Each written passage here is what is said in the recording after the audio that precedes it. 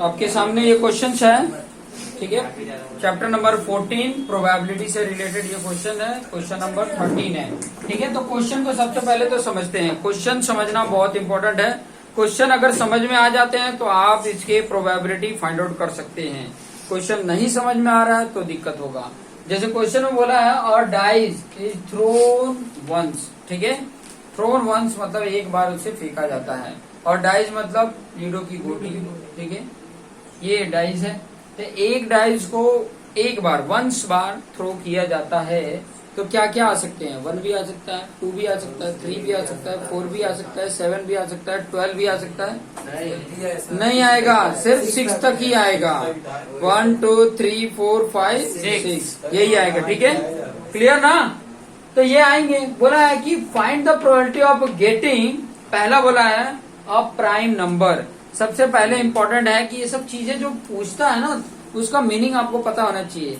Prime number, composite number, ठीक है, ये सब नंबर याद रखने। प्राइम नंबर वो नंबर होता है जो सेल्फ के टेबल के अलावा और किसी के टेबल में ना आता हो, ठीक है। जैसे कि 1 होता नहीं है, पहले तो 1 और ना तो प्राइम होता है ना तो कंपोजिट होता है, ये भी ध्यान में रखने का। उसके बाद की बात करेंगे तो 2 किसी के टेबल में नहीं आता, खुद के टेबल में आता है, ठीक है। 3 खुद के टेबल में आता है, किसी और के टेबल में नहीं आता, किसी और का मल्टीपल नहीं है। 5 है, 4 तो आता है, 2 के टेबल में आता है, 4 2 2 4 हो जाता है। 5 के बाद 7 होता है, लेकिन हमारे पास नंबर तो 6 ही है, 1 2 3, ठीक है। तो 6 भी प्राइम नंबर नहीं है, वो क्या है? कंपोजिट नंबर है, क्योंकि वो किसी के टेबल में आता है। जो किसी के टेबल में आता है वो प्राइम नंबर नहीं है, जो सेल्फ के खाली आता है वो प्राइम नंबर है। तो यहाँ पे सबसे पहले मैंने आपको बताया कि सॉल्यूशन जब भी करते हैं तो क्या लिखने का? Number of total possible outcomes, ठीक है। टोटल पॉसिबल आउटकम्स कितने हैं? 6 हैं। क्लियर? कौन कौन से हैं? 1 2 3 4 5 6, ये नंबर जो है वो पॉसिबल आउटकम है। उसके बाद पहला जो बोला है ना, of prime number, prime number की बात किया है। तो प्राइम नंबर मान लीजिए इवेंट इवन है, ठीक है। और कितने हैं? Number of total number of favourable outcome, favourable outcomes कितने होंगे? तो अगर मैं प्राइम नंबर की बात करूं तो 2 एक है, 3 एक है, 5 एक है, मतलब टोटल कितने हैं? 3। आप यहाँ पे शायद ब्रैकेट में लिख भी सकते हो 2 3 5। क्लियर?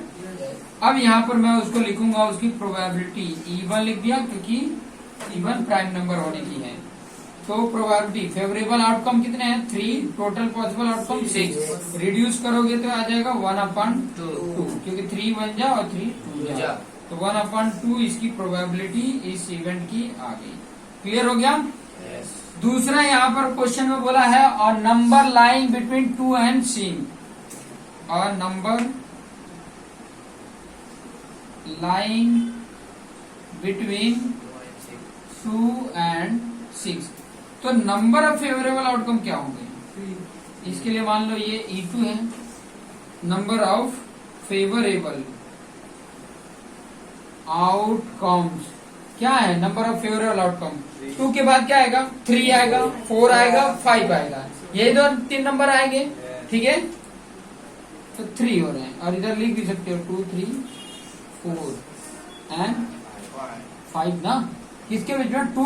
2 और 6 के बीच में 3 4 5 होंगे, ये 3 नंबर आ रहे हैं।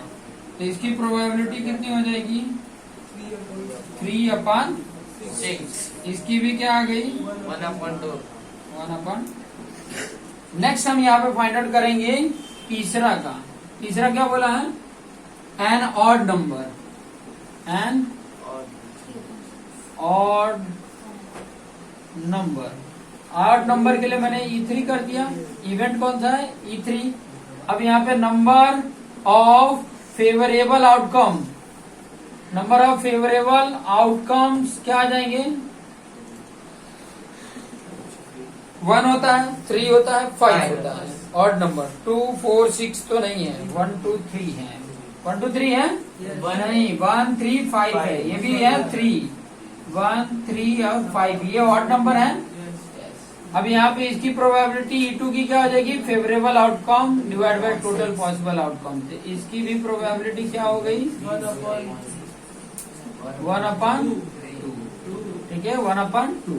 तो इस तरीके से आप यहाँ पर इसको सॉल्व कर सकते हैं, आसान है। ठीक है, तो फटाफट इसको सॉल्व कर लीजिए।